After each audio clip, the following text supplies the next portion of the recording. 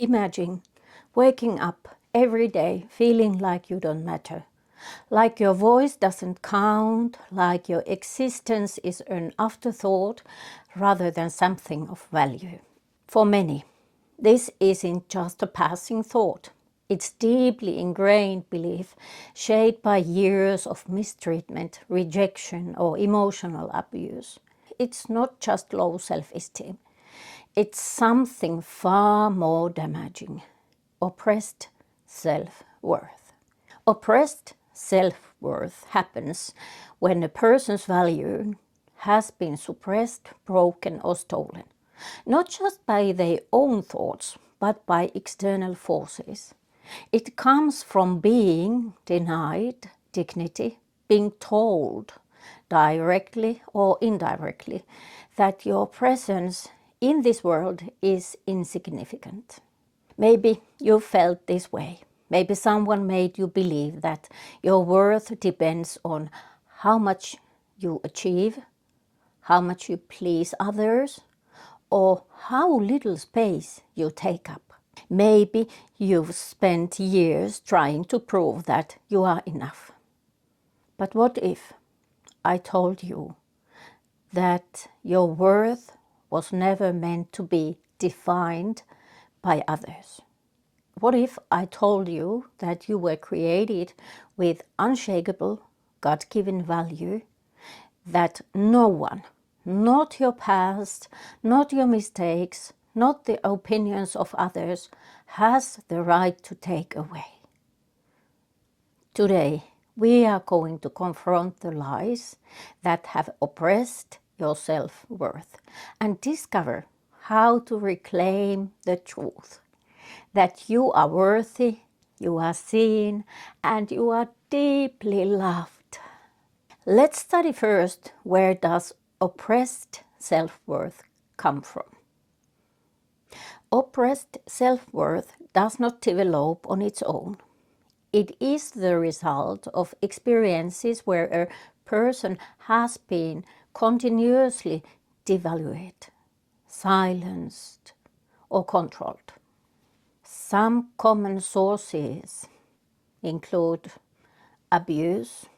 It can be physical, emotional, or psychological, or all of these, which causes constant humiliation, manipulation, or control destroys a person's belief in their own worth.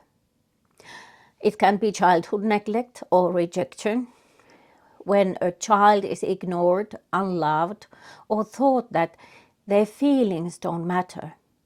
They learn that they have no value.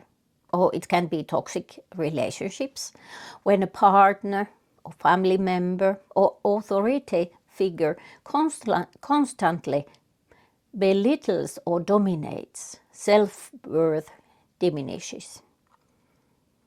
It can be also societal or cultural oppression, when a person or group faces systemic discrimination or dehumanization. It deeply affects their self-perception. So how does oppressed self-worth feel then? When a person's self-worth has been oppressed, it often manifests as deep shame. Thought can be, there is something wrong with me, I'm less valuable than others. Or it can be submission and obedience even when it causes harm. So it's unable to set boundaries or stand up for oneself. It can be also feeling invisible or unimportant, like thoughts, I'm just a burden, I don't matter. Or it can be believing that they deserve mistreatment. Thought can be, maybe this is just my fate. Or it can be fear of taking space or being seen, like preferring to stay in the background rather than embracing their true self. So, how can you break free from the change of oppressed self-worth? Even though oppressed self-worth can run deep, it's not permanent. Freedom begins when a person recognizes the real truth. The oppression was never their fault. They are not worthless, even if they have been led to believe so. So you are not worthless. And then you can start rebuilding your voice, your identity, with small steps, like expressing personal opinions or setting boundaries. It helps restore self-worth.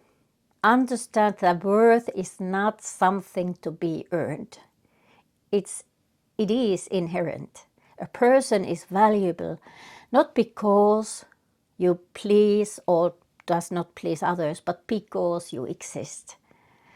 And then you can turn to God for healing. God does not suppress or diminish. He uplifts, restores, and heals the brokenhearted.